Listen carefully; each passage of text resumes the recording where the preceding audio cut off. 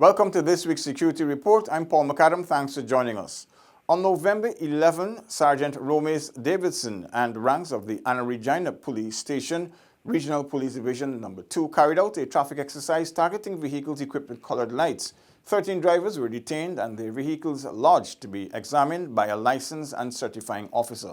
On the same date, Corporal Sean Murray, along with a party of ranks from the Sparndam Police Station's Traffic Department, Regional Police Division No. 4C, conducted a similar exercise on the Sparndam Public Road, and the following cases were made: breach of prescribed conditions of fitness, uncertified motor vehicles, breach of conditions of road service license, and a few more. The Ghana Police Force is also responding to an article published on Wednesday, November 13, 2019, in the Stabrook News editorial under the caption, "No dividend from the Police Force Credit Union since 2011. The Ghana Police Force's Cooperative Credit Unions Limited held its last annual general meeting, or AGM, on October 26, 2018 for financial years 2012, 2013 and 2014. And immediately thereafter, the surplus was divided amongst its members, who number more than 3,500. The dividends are posted to serving members' accounts, and ex-members will receive checks. The entire process is done manually. The management of the credit union never received any complaints so as to respond to the unprofessional claims or poor responses by staff when members make inquiries about dividends. The management says it regrets any such encounter if indeed it happened. However, dividends are available and all members can check with the office personally. Rolex Williams was jailed for 9 months after appearing at the Georgetown's Magistrate Court.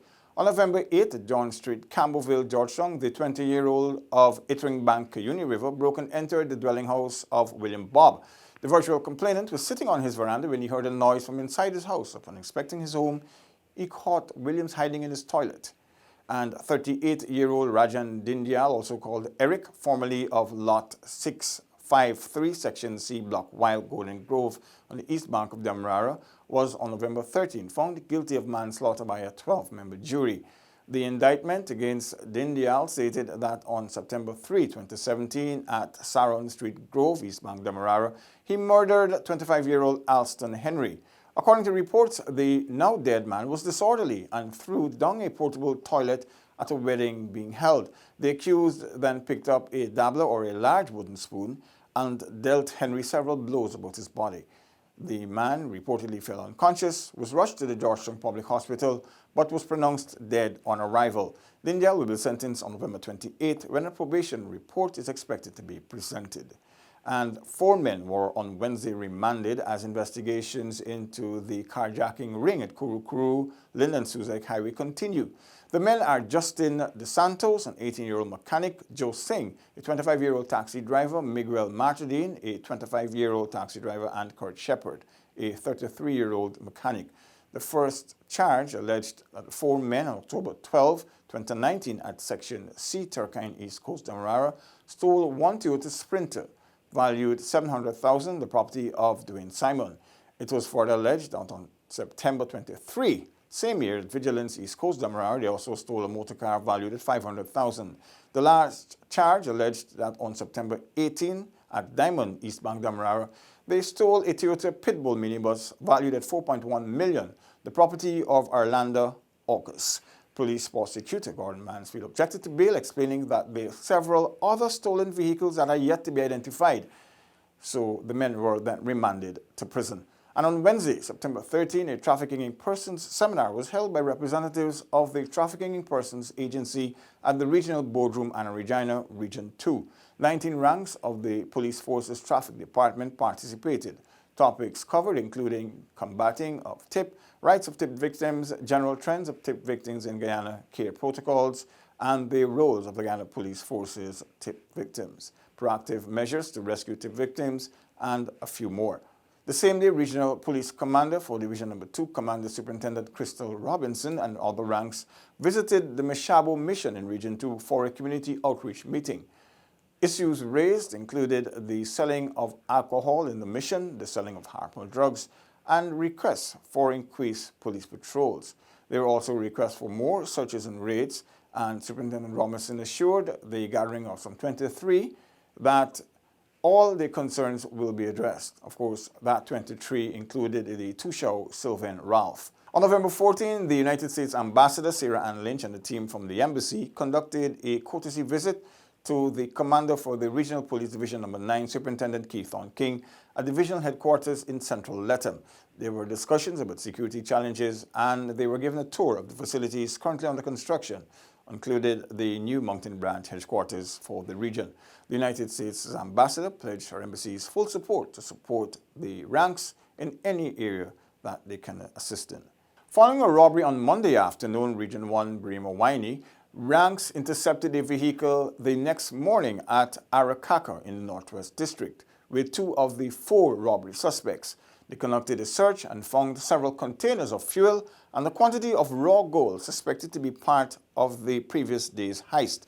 The suspects, a businessman and the mastermind, during interrogations, took investigators to a location and handed over 2 9mm handguns with magazines, an AK assault rifle with a magazine, a quantity of ammunition, a GPS or global positioning system device, and a camouflage jacket. Investigations are continuing. Now for some highlights from the Ghana Defense Force. A review of training across the force was delivered on November 7 at this year's edition of the Ghana Defense Forces Training Conference. Also presented were projections for training to be conducted during 2020. The conference also heard a presentation on training done in the Ghana National Cadets Corps since its formation last year. It was reported that the GNCC had been and continues to train its instructors and cadets in a range of skills, including drills, skillet arms, national policy, and foreign languages. Meanwhile, 2,272 officers and ranks were trained on local courses, a slight increase over the number trained during 2018. In the main, the GDF realized the completion of almost all of its planned courses, with a few which are still being conducted at this time. Training at external local institutions were also conducted, and for the first time, GDF ranks are being trained at the Gaisuko Training School, some 27 ranks. 98 persons are also studying at the University of Guyana. This number includes those students graduating this year from between 2008 and 2019. 917 ranks gained external academic training. It is also reported the training provided overseas continued with support from the US, the United Kingdom, Brazil, and China. Additionally, 1 Coast Guard officer is reading for a master's degree in Malta. There are also 4 foreign candidates being trained on the Standard Officers Course, SOC 51, and 6 others are on SOC 52. The projections for training during 2020 will continue to focus on the GDF's military and skills courses, officers and other ranks training in a slew of specialist areas as the force progresses towards a future where enhanced technical skills are going to be the bedrock of its operational stability. Caden Messiah, Wuneta Semple, Sonia Lynch, and Delester Alexander are the 2019 recipients of the Chief of Staff's Awards for Academic Excellence. They received their Certificates of Excellence and monetary rewards from Brigadier Patrick West at a simple ceremony at Defense Force Headquarters. The Chief of Staff also presented the awardees with the General's Coin, which he presents to individuals of excellence. Patrick West, the Brigadier, congratulated the awardees and urged them to pursue further education before entering the world of work. He also urged them to see further education as an investment in their future. The Brigadier also conveyed the force's commitment to their parents to continue supporting the children of all military families by recognizing excellence in achievement academically. The body of 3-1 SF rank Dwayne Johnson was recovered after he reportedly drowned while swimming at Camp Jaguar on November 8. A board of inquiry is investigating the circumstances of his demise. The Commander-in-Chief, President David Granger, the Chief of Staff, and the force's hierarchy extend their deepest condolences to Johnson's family, relatives, and friends. On this week's wanted list, 43-year-old Handel Mervyn Lynch is wanted by the police for questioning in relation to obtaining by false pretense committed on Rajkumar Sinarain and Diane Budram. His last known address is given as Lot 4096 Well Road, North Ranvelt, and Lot 209 Prashad Nagar, Georgetown. And also wanted is 50 years old Gopal Tawari, aka Umkar. He's wanted by the police for questioning in relation to also obtaining by false pretense committed on Govardhan Golal, Naresh Lachman, Naresh Chitram, Dinesh Ramsamy, Ethan Gladstone, Saman Bollers, and Wendell Harry. His last known address is Lot 73, 2nd Street, Craig Village on the east bank of Demerara. Also wanted 26-year-old Terrence Pitt, also known as Sonnerboy or Shots. He's wanted by the police for questioning in relation to murder committed on Darrell Brady on the 5th of last month at North Rhymevelt in Georgetown. His last known address is B Fields of Fire or 3rd Street, Timeri on the east bank of Demerara.